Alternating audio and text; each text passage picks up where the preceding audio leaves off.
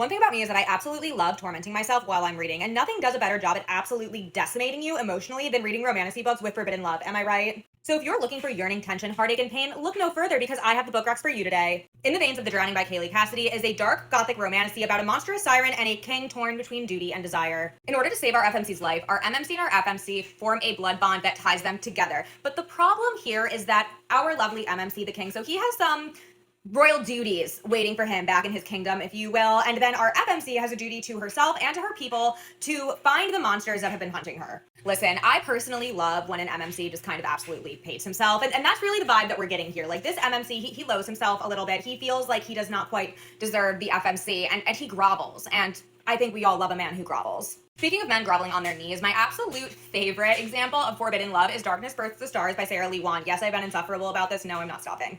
Listen, the MMC in this book yearns so much that it will make you physically ache. Like it's actually a painful physical sensation to read this.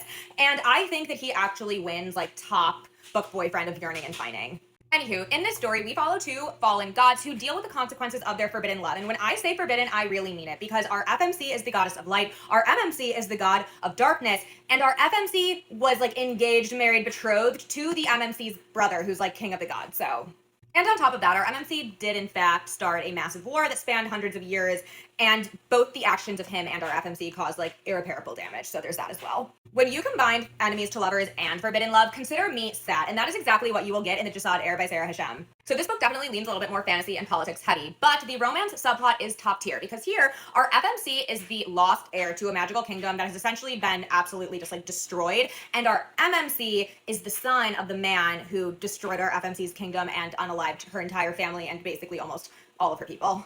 These two end up in a little bit of an uneven alliance because in order to escape persecution for her forbidden magic, our FMC makes a little bit of a deal with our MMC to be his champion in a set of trials. But these two start out like loathing each other. Like loathe is not a strong enough word and I absolutely love it. This is like the best type of tension. It's like, oh, our fingers brushed and I got butterflies, but I don't know why because I hate him. It's just honestly so good.